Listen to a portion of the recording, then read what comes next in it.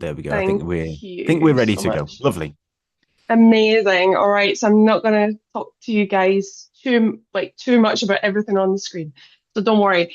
So I think what's really important when you are submitting your abstract is to actually think about what sort of category does this come under and make sure that it is aligned um, with that category, or people might be questioning the sort of the topic. So when you're choosing that topic, thinking really carefully about it. Obviously, scientific rigor is really important to us having um, your robust methodology and transparency in the approach that you take, whether that's clinical or research, and something that maybe has some novelty, so something that maybe we've not seen before. How is this new, and how does this add value to the pain community? And obviously, having some, clear language and structure so that it's understandable for people, having that clinical impact. So where is that relevant to the people who are living with pain in clinical practice? If it's research that you're doing, and then if it's clinical work that you're doing, and I don't have this on a presentation, so sorry, but if it's clinical your work you're doing, what research and evidence base does that relate to? And of course, we do need to make sure that there's sort of ethics and the presentation that you give. This all sounds scarier than it is, though. I promise you, it's not it's not as hard as I'm making it out, and I'm gonna break that down for you a little bit as we go through. So we are allowed up to 600 words for an abstract, which I think is actually really generous. A lot of conferences that I've worked on before are 300. But this gives you a chance to really say what you want to say, but also there is a risk of saying too much or sort of going on a little bit, which I'm very guilty of myself. So here's just an idea of how you could break that 600 words down, and I'm sure they will go very, very fast. This always happens when I'm trying to write media articles, and it's really difficult to keep your count down. So having a title that's really specific and data driven, so not try to avoid something that's generic. So what is your abstract actually telling us? Given that background, so what is the evidence gap, the service needs, or referencing guidelines, or well, what is the problem that you're trying to solve? And then, at least having one clear measurable aim there.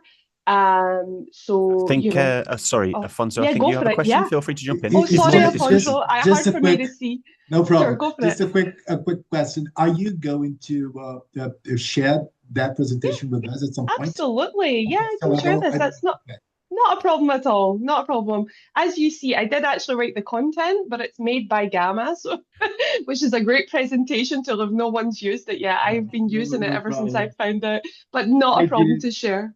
I did read Um, the instructions, but the presentation is probably certainly going to be helpful, so I don't have to take notes yeah, they're hectically. awfully long, aren't they, the guidelines? But we try and cover everything for everybody. Um, and then so making sure that you have at least one measurable aim there and what you're trying to achieve. And then what's the methods that you're using? And again, perhaps Nathan can jump in more about methodology here, but that, it depends on what it is. It could be a study type, a setting, population details, sample sizes. So what was your sources for that? How did you measure it, and what was your approach? Anything to add there, Nathan? Because this is where my expertise really hits the ceiling. Yeah, yeah. No, this is exactly what I would say. I say we're looking for. I'm not part of the Mhm. kind of appraisal committee, but I have been part of abstract reviewing committees for conferences before, and generally it's more to do with, are the methods clear? Are they fairly comprehensive? I.e., I can read through and I know exactly the processes that you've gone through. Um, and also, is there anything novel that you've any novel approaches that you've taken? And then also, where is the backing? What kind of frameworks and what kind of research have you clearly articulated that you've used to support your methodology in whatever research that you've done?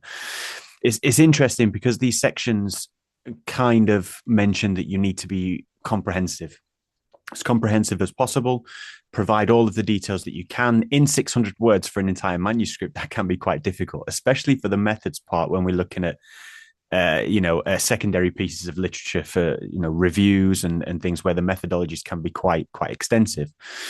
So I think it is a relative balance between providing everything that you possibly can with regards to methods, but also appreciating that methods might not be the most important part of this poster or this abstract that you're submitting.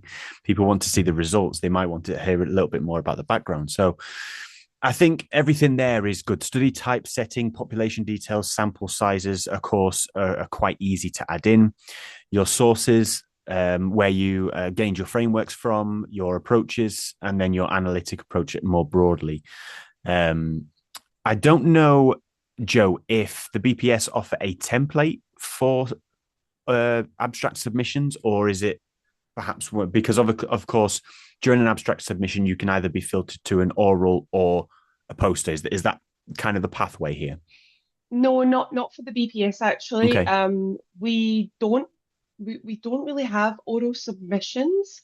What we do have is we have the poster submissions, and then the top, I'm saying four, maybe it's five, but I think it's the top four scored abstracts, so the highest scored abstracts are invited to do an oral presentation, and then the winner of that also receives a prize. So that's the normal track for other like conferences, though, that you can either submit as an oral presentation or you can submit as a poster. But for the BPS, this is for a poster. But the good thing is the data is published in the British Journal of Pain, which is the BPS's journal. So there is an abstract supplement for that. But yeah, so it's the top scoring abstract will be invited for an oral. Okay. But to answer your first question, we do provide a sort of an uploaded with headings, but it is quite generic. Yeah, it's not really giving you that sort of data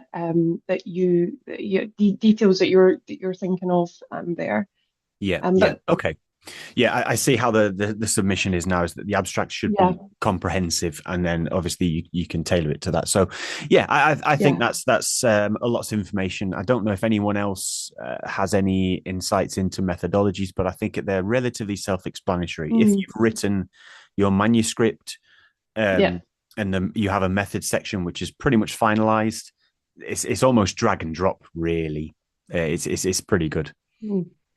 Thanks for that, Nathan. And I think you raised an important point. This is not the most important part of the abstract, and perhaps not to use as many words there. And I think that your results is really the key area. Once you've set that context there on how you've gone about that. And data is key here. And Afonso, don't worry, it can be preliminary data, but we need some data. And as I'll come to later, this is one of the reasons that posters are perhaps rejected or asked to resubmit, is that they don't have any data. So putting that in there is important, even if it's just what you have at that moment. And if there's time and situation allows, you can always update that with approval before the conference if something is coming out closer. So that's also another option. And then also a conclusion. So just why is this significant for people with pain, and sort of linking back to your aims, highlighting any clinical relevance or feasibility or whatever that might mean. And then your keywords, it's good to sort of mix that up, but do include them. This is especially important when we move your abstract into the journal. We want those keywords to be searchable. So that's why we put so much importance on those keywords. And it also means when you're using the conference app, you can also search for abstracts or presenters with those keywords as well. Yeah, I would emphasize that keywords are relatively important, especially when you're wanting your abstract to be visible away from the conference. It's the same as submitting a paper.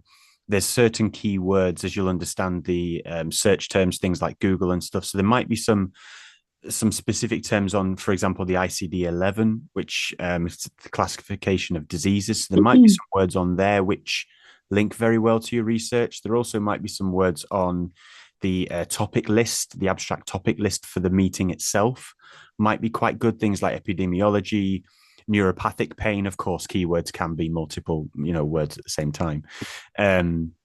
So I think in terms of indexing, I used to just kind of think of the top 6 words and just write them down, but maybe paying a little bit of attention to that might be quite useful. And I quite like the conclusion section here. Is really, if I were to read posters or read abstracts, is really where's the value here, and where's the value for people living with pain. You guys know, Claire and Afonso, how important it is that this really reaches people with lived experience of pain.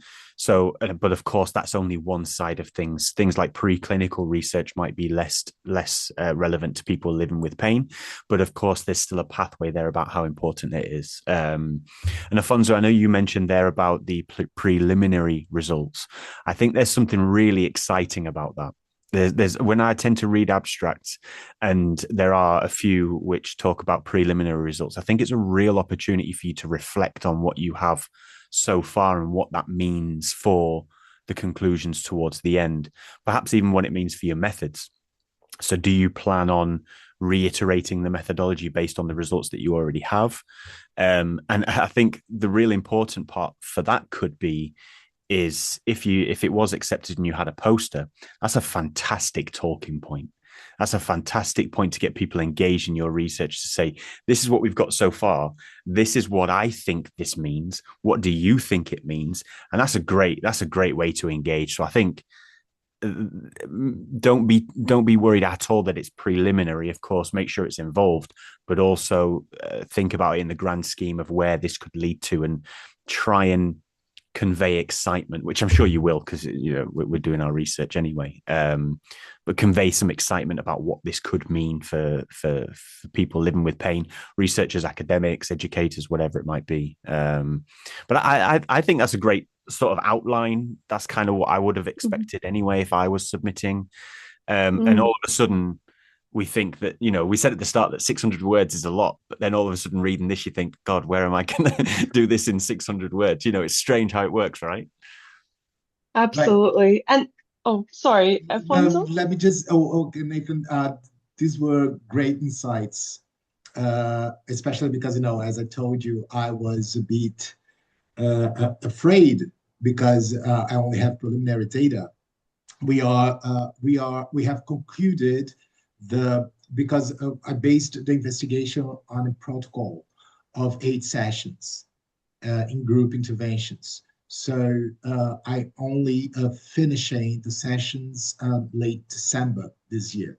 So, but by now we have passed 5 sessions. So I already I have a baseline data, and then I have midterm data. So I'm going to base my abstract on the comparison between the baseline data and the midterm data. And I definitely think that what you just said, to think where this would lead us and what this could, all this could mean, I think it's definitely a very good approach. I don't know if it's the moment, but I do have one question about the length of the length of the abstract, because as you know, sometimes we end up with a lengthy list of references, right? And I already have a draft of the abstract that I will finish, of course, finalize after I get the data and the statistics analysis. But I had one doubt about, citations. Like, for example, you said, okay, you have to give us the framework where you got this from, what are your sources. So my first draft was like full of citations, like, everything. I'm starting from one point, and this point is, there's a study. So I had this question, like, how should I dose the number of citations in the abstract, especially given the fact that we only have 600 words to give it. So Hmm. this would be one question. Mm. This Yeah. one question I had. It's a great one. I think so. From again, I'm not part of the reviewing committee for this meeting specifically, but when I've done reviews for other meetings, there's no real focus around citations itself. So in terms of number of citations, it's not really a concern. I think the thoughts from the reviewers will come from a general scientific literature reviewing. So when we review manuscripts, just like we'll review abstracts or they will review abstracts, there's no definitive number, but of course, it's fair to say that it is common for you to read an abstract and not see any references, or one or two. And I think you know this type of response that you're going to get. And of course, there can be way too many. So it's about using the right amount of references. For the word count specifically, I would say check through the submission guidelines. I can't see anything that mentions about specific a citation reference model that you have to use, which means to me that I would use something like Vancouver, where you're saving some of the words and you won't need to use up the words for the in text citation. So I would use something like Vancouver. For an abstract, which is 600 words, I would specifically expect around sort of the 5 or 6, something like that. Good citations that when I go through to check them, they are well-renowned pieces of research. I might even be familiar with some of them without even looking into them. And I know that it backs up what's being said. I've read some before where they are fabricated and they are checked. So if you go through them and I see that there's that anybody sees that there's a reference and it takes you off onto something completely different, then yeah, it raised some flags. So I guess the answer would be is find a referencing guideline that doesn't use words within the sentences so that you can expand the amount of words that you're using. Make sure it's consistent throughout. And I would say hit around the 5 or 6 mark. If there was something that was pushing for an abstract around the 15 mark, I would be thinking this isn't an efficient way to reference your work. But I'm not sure that would mean that you would be rejected outright. But of course, the extremes to that are if there's no references, then yeah, I wouldn't consider this as good as all others, Yeah, sure, sure. Oh, it makes sense. What I just thought made sense was like, okay, since we are, for example, in my case, I am approaching some variables, and there is the obvious important topic of our therapy. I just thought it made sense to have like one citation for each topic, which would lead to a result of like between 5 and 6 citations. Mm-hmm, mm-hmm. I don't think it would be very efficient to waste word numbers with citations on chronic pain, for example, because chronic pain is what we're all working with, right? Mm-hmm, So, and this is not where the novelty is. What do you think? Yeah, I agree. I agree. However, I wouldn't just assume that people know the references that you might be citing. So, for example, it's still a scientific piece of writing that you're creating is this abstract because it's being published. So, thinking in the publishing side of things, you might need those chronic pain citations like Trico or whatever you decide to use for definitions, IASP, whatever. So, I would say include them. Ultimately, this abstract is an extension of your knowledge of the subject. So if you were to submit it and you review it and you think that there's too many references, then there's too many references. If you think that there's not enough, then there's not enough. It's really a reflection of your understanding and sharing that. I think if you were to write an abstract and not really pay too much attention, you would hit the mark that you would need to in terms of number of citations. It would be that 5 to 8 mark-ish, maybe a bit less. We'll see. But don't get too tied up on it. Write it, see what it looks like. If you think there needs to be more added or taken away, go ahead and do that. Don't sweat too much over the references, I don't think. I just want to jump in because we've just been joined by Kathy Price, who is the Vice President of the BPS, and also one of the members of our Scientific Programme Committee who does the reviewing of the posters. Kathy, can you hear us? Yes, I can. I'm just my video is a bit messed up. I'm just going to just I think I know what's wrong. But yeah, so thank you all very much for joining, and it's good to see a number of people seeing what how to do this well.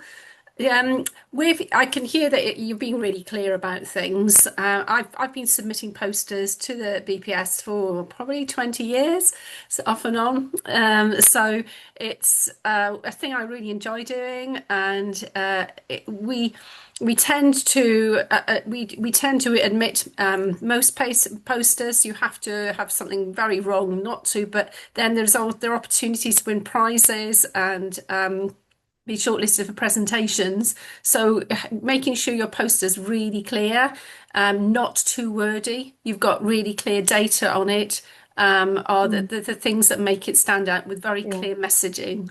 So that Yeah. Well, Kathy, I wonder if you might help us. So we're looking at the abstract process in this session, and I think obviously that leads into the poster, but we're still on the part about the abstract. And one of the questions was around citations or references yeah, and how many is the right amount. I think yeah, Nathan was given some good advice. yeah, I wouldn't say any more than five, yeah. probably, because it's taken up too much word count. But do you have anything that you could add to that for us, or I think confirmation? five's quite a lot actually, because if you think about it, you just want to give a brief. You're trying to convey a message or two at the most, and what you want to do is give your background, and that there are some really good key references, but only key references that really highlight the breadth of what you're trying to get over. But detailed references for every little bit. It's not like writing a dissertation. It's not like your master's project. It's nothing like that. It's just less is more with a poster. And I still can't Great. get my video to work. I'm really sorry. No problem at all, Kathy. We're really happy to have you here. As I was explaining to the group, that there's been quite a lot of last minute things. I think it's the December chaos is still upon us.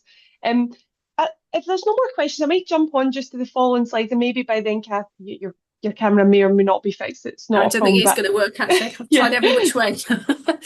Not a problem. So let me just see if I can jump to the next slide. So this I'm not going to spend too much time on, but just prioritizing your evidence, just as we discussed a lot of this, ensuring there's alignment between your aims, your methods, your conclusions, using standard terminology and that's consistent, and avoiding sort of generalities using specific data and sort of addressing any limitations. So this might be something that Kathy or Nathan might want to sort of touch upon. But I think it is good to address those limitations without having to spend too long on it, but just that you are aware of where the limitations of your research or clinical work sorry, long day, where those limitations lie or what they are, just to show that you have that knowledge. But perhaps Nathan or Kathy might want to jump in here on what that could mean in your abstract. Yeah, go ahead, Kathy. That'd be fantastic. Okay. Hang on a minute. So just get there. So what you're asking for then is the first bit then to I think you've put quite a lot of it on the screen, to be honest. Yeah, The key thing is to get across concepts, and that when you submit your abstract, we are looking for data within that. We don't accept ones without some data in them, evidence that you have done some work. But again, like I was saying, for the references, have a really good look and decide which one or two you're probably going to use that give the background to it. When you're doing your methods section, keep it really punchy. You used key phrases that are an overview of the methodology used. Remember, your methods is a recipe book, but keep that recipe a bit like on an app or something like that. You want to keep it really succinct and getting messages across. Then with your results, then make sure that the best things are when you've got really clear pictures, not complicated tables, and you can read it like it makes sense. It all matches with what you've put in the methods, what you've put in the results, what you've put in the conclusions. Because when you're in a poster hall, you're looking often at about 100, 150 posters all at once, and what you're trying to do is absorb what you're saying. So you need the messages to be clear, consistent, and concise, and that it also is a story, a narrative. So when you read a poster, I often go to the end and I look at the top. Oh yeah, that might be quite interesting. Go to the end. Okay, that's in conclusions. Okay, that sounds interesting too. Then I'll jump back and try and get more of the story. And then think, oh yeah, that was quite a good one. I might come back and see one of the authors there to have a chat to them. And so you're kind of trying to make sense of that information quite quickly, because almost straight away you're on to the next one. So you make it stand out. Don't put lots and lots and lots and lots of pictures in. Make it too busy, because then you can't get what you're trying to tell you, what they're trying to tell you. The limitations, I think, are really just one sentence, two sentences maximum. And like, when you're writing a paper, just as it says on there, just show awareness of those limitations, that because all research has limitations, and so you just want to get across that it wasn't completely 100% perfect, but nothing ever is, so that's fine. Thank you, Kathy. So I'm going to flick forward just two here. Have I gone? Oh, we've got some random writing. I don't know how that It keeps on appearing, doesn't it? Yeah, that's really strange, but I'm just aware of time, and I want to make sure we've got some time for questions, so I can always skip back to the other slide. And like I said, I will share these. But these are the sort of reasons that I've thought for downscoring. But Nathan, Kathy, you have the experience of this. Please feel free to jump on in. But I think, again, this data, not having any data there, sort of misaligned category, people not understanding your sort of background and your aims and your conclusions not aligning, too much context and not enough of the actual outcomes, unclear methods can also downscore. None of this means you'll be rejected or asked to resubmit, but it's just to keep these points in mind. Unsupported conclusions, so your claims aren't backed by the data that you presented, and sort of no relevance to people living with pain, and maybe going over the word count is obviously a big no-no. And maybe just your structure would be confusing. And also in the abstract, I don't know if I mentioned this already, but we don't have images or tables or anything in the actual abstract. Those are for your poster. So when you actually go to show your poster at the conference, you'll have the opportunity to turn your abstract into something visual, like Kathy was touching upon there. Sorry, I realised I jumped. I think my brain's on the M27 somewhere. I jumped between abstract and poster. I'm sorry. I can carry forward a bit more if it needs to be. No, not a problem. We're going to do another session on posters next year, so we love your ideas now. We can take notes of them. But yeah, so at that point, we don't want you to include those visuals or data tables or anything, but you will have the opportunity to show them at a later stage.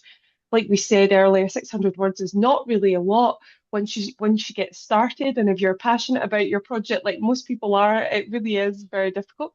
But anyone, any questions or anything, Kathy, Nathan, you would like to add? And poor April is in and out of the meeting, but I'll send her the recording. Yeah, April's nipping in and out, bless them. Yeah. No, I think this is quite extensive. There's a lot of information here. It's almost like a checklist, which is nice for people to make sure that they're confident they can submit the abstract. I think it really reiterates the balance between all the sections and thinking about, is my message getting across? And I think if the reviewers will be looking at that, they might look at it the same way that they read a manuscript, as Kathy mentioned there, that they'll read the first couple of lines, then maybe even skip to the results to see if the results are backing up and if they're in line with the abstract kind of topic, and then read through. 600 words isn't a lot at all, but when you're writing it, you might feel like it's not enough. I would kind of reiterate, or I try and reiterate to myself, that an abstract is an extension of your manuscript, for example.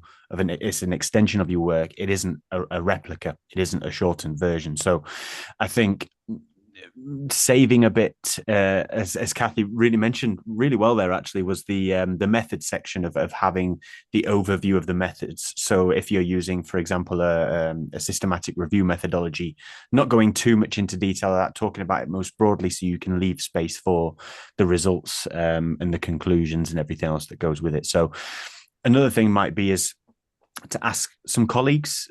Writing abstracts at this level should be understandable by all of your colleagues and obviously all people within your research teams. Feel free to share it with them. 600 words isn't a lot, so they should be able to read it with a cup of tea and give you a decent amount of feedback. If there's anything that doesn't quite align properly, if it doesn't make sense, they'll tell you straight away. And I think as Kathy and Joe mentioned there, that the downscoring, the comments of rejection, it's probably less as strong as that, but of course there is still a standard to be met. So enjoy the process actually in terms of the submission, because I think this is a nice one compared to some meetings which can be extremely headache inducing. But I think most people will provide such a good submission as long as you stick to these kind of concepts and these rules, if you like. I would just say that we reject if it looks ethically unsound.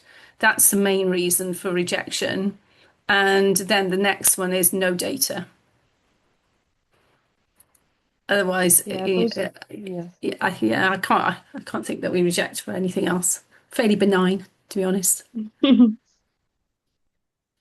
Yeah, and to be honest as well, when we're going through the first process of abstract submission right now, and there will be a late breaking abstract. So if there is something that goes very wrong with a first abstract submission, we ask people to resubmit during the late breaking stage. The only thing with the late breaking abstracts is those aren't published in British Journal of Pain. But the original abstracts are great. I'm just you mentioned checklists, and I did actually put one on the slide, Nathan, which I'm happy to share with people. And I will share this. But I think I just want you to come back to this, and maybe this is where Kathy can really give some insight from a clinical perspective, and we've got Nathan as well from this research perspective. I just focused here on what clinicians value, because I think as a multidisciplinary society, both the research is important as the clinical application, but quite often with the research we do forget that clinical application. At least that's just been my viewpoint. So I just wanted to put a few sort of thoughts and feelings on that. Again, these are mine, so I'm so glad that Kathy's here. Kathy, do you have anything that you could add to this? Like what's important from a clinical perspective to have in the abstract, or how to I think consider sometimes it's a mixture, really. Sometimes people are looking for what's new, and so something they've not heard of before, and that's one. Another one is I'm having a problem at the moment with X, and so is anybody at this meeting writing something about how I can address that problem? And often you can find some answers. Then other things then are reviews of current practice, and that sometimes treatments, as we do more trials, as we investigate further, as we understand things further, then the evidence base changes. So understanding when the evidence is changing and in what direction, because that keeps you a bit of ahead of the curve. And then, exactly as you've put there, really, clinicians are focused on patients. So we will be looking at what does it mean for the patients that we see. And it's also really nice to highlight if you have worked with patients throughout as well, right, Kathy? Where does that lived experience come into your practice? Yeah, I, I, any clinical research you'd yeah, expect yeah, involvement, wouldn't you? So yeah, yeah. yeah. If And you don't mind, I would have a question here. of course, Afonso, on you go. About governance transparency. Do we need to mention the fact that the work has been approved by an ethics commission or something like that? Does the abstract has to have to contain that kind of information? Personally, I don't mark that down if it's not on there. No. I don't know what Nathan thinks. I don't look for it's an ethics, but if you've got, I would expect that on the poster, but not on Yeah. the abstract. It's very short words on an abstract. Yeah, completely agree. It's not very often we see that in the abstract. So save your words. Great. Nathan, do you have Thanks. anything to add as well from like what perhaps researchers would value when looking at an abstract Yeah, and I think there's a lot of value in what we're seeing here because researchers and even clinicians who are researching should have this at the forefront. And I think a lot of the discussions will be, as we've mentioned before, how does this impact people with pain, regardless of the way to get there? It might be better research, it might be better clinical practice, better education for clinicians, whatever it might be. The ultimate goal is for providing better care or helping people living with pain do so in a better way. So I think all of these are completely relevant. Of course, from a research perspective, you might get people who are interested in methodologies, perhaps unique methodologies, using specific frameworks which might be new and emerging, which they're not too I guess there hasn't been much research in this area to see how it works within your field or your discipline. One interesting thing might be is to have a look on the website for maybe last year's meeting to see the demographic of the attendees, to see what type of people have attended. So whether they might be medical professionals, whether, a big chunk is researchers. I'm not sure myself, Joe. I don't know if you can give any insight into who we expect to kind of be at the meeting. yeah, I mean it's still it is mixed, but I would say probably the majority is clinical, but I can look up Mm-hmm. those stats and feed them back. That's not a problem. But am I wrong in that, Kathy? I would say clinical, right? Sorry, Joe, did you Um, say they're generally more clinicians than yeah, researchers, but they're yes, I think over the last few years there've been more researchers than there used to be, I would say. So it's a good I think it's a good mix. yeah. Definitely the research group is definitely growing, but there's still quite a lot of clinical there. Um, so I didn't have much else to talk about, but I do want to sort of probe Kathy and Nathan on maybe they've got top three tips for us, to keep in mind as you go forward with your abstract submission. Um, so who's going to go on the spot first? I see Nathan smiling, so he's obviously Hey, ready. always smiling. What are you talking about? Always smiling. And the answer to that is no, I'm not ready. No, I'm not ready. I think, yeah, look, I think the one of the important things is to not overthink it. There's a lot of stringent kind of criteria that you need to follow with these types of submissions. And of course, the checklist in front of you kind of reiterates that there's many steps to follow. But actually, I think that these steps are more reflective of the reviewers being able to review it effectively. So if you've already conducted your work, if you've already done some writing around this, for example, you might have a manuscript draft, you might have one of your assignments kind of written already. A lot of it can be moved across because it's such a short format. So I would say is not worry too much about it. But also it's very clear in what needs to be there. We've outlined here what your results should contain, exactly how your conclusions should look. Keywords, of course, at this abstract level, you won't need any figures or images, so you don't need to worry about that. So if you've not presented or submitted to a meeting before, I think this is a really nice sort of checklist and tick list. And then following those is of course, it makes complete sense. And then the third one would be perhaps just to reach out again to colleagues to read your material, making sure that it resonates with them, because it's likely that at the meeting you're most likely going to be the expert in your specific area. People are going to want to come to you to ask questions about your abstract because it's your work, it's really interesting, but they're not likely to be particular experts specifically. So making it almost as broad as possible, but appreciating the nuances within your submission are really important as well, I think. It's extremely convoluted kind of advice, but those would be my kind of things to think about during the submission. What I would definitely be thinking about if I was submitting as well. Okay, for me, I'd think about it a bit like an elevator pitch. You need to get concepts across quickly, and that I'm reading through 150 abstracts, sometimes more, to really to mark them all. And so just making it easy is really helpful. And obey the absolute rules. That's for the abstract.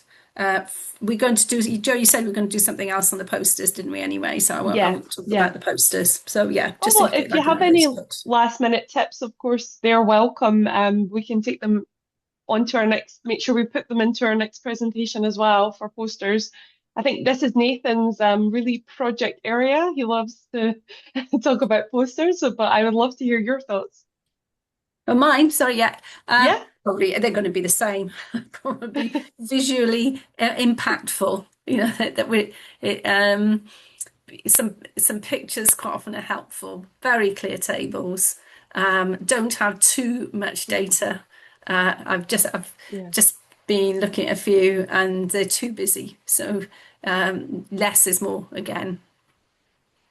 Which is always hard when you think you try and fit everything into that really poster. Hard. But actually, I was at a conference last week, and it's the ones that are quite clear that catch your eye, and you think, oh, I really want to go and look at that, and sort of being taken throughout that journey in your poster. And I guess it's your abstract is that sort of, I guess, more boring part, isn't it? Really, let's think about it. When we can turn that into something visual, and it becomes a bit more fun, doesn't it? So making that fun for people is what I have to say. But Kathy, maybe we can get your tips on the website for everybody as well, and yours, Nathan. These are really great, and maybe showing some of the highest scoring abstracts from last year. That might be quite useful for you all. Having those examples, you can have a read and see why, you can sort of say, oh, this was a good abstract and why it scored that, those sort of practical things. But Claire and Afonso, and poor April has been in and out, but do you have any other questions? I've got no questions. I just think this has been so helpful. Thank you. And also your comment just now on potentially the good abstracts from last year could be really a useful tool just to be able to kind of identify and kind of put into context what you've said. So thank you. This has been really helpful. Great. And yeah, I'll contact the abstract scorers and just ask them if that's okay if we use that, and we can get that on the website. We did that for the workshop submission, so I don't see why not, and I'm sure they're very keen. Everyone always likes to hear they were one of the highest scorers. So and what about you, Afonso? Any last minute questions? You can always email us. So no. I mean, I've been in contact with the secretary to the Congress. Is that a good channel?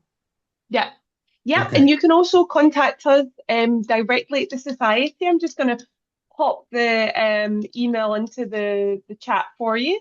So that's info@britishpainsociety.org. And we're also there to help and support. And if you have any specific questions, you can contact either of us. But as we said at the start, your preliminary data will still be accepted. But the key is having data there to back up what you're doing.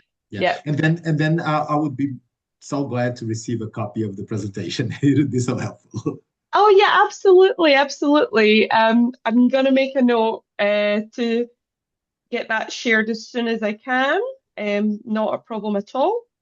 Do you know the abstracts are being published this year? Were they published last year? Yes, they were. So does that mean that they're online for us to look at? Yeah. Yes. Alfonso, have you gone through? I've seen those. I've been Yeah. through That's great. them. They might be really helpful. Yeah, I'm happy to share that as well. Share the supplement from last year, and also who the prize winners were, for the oral abstract.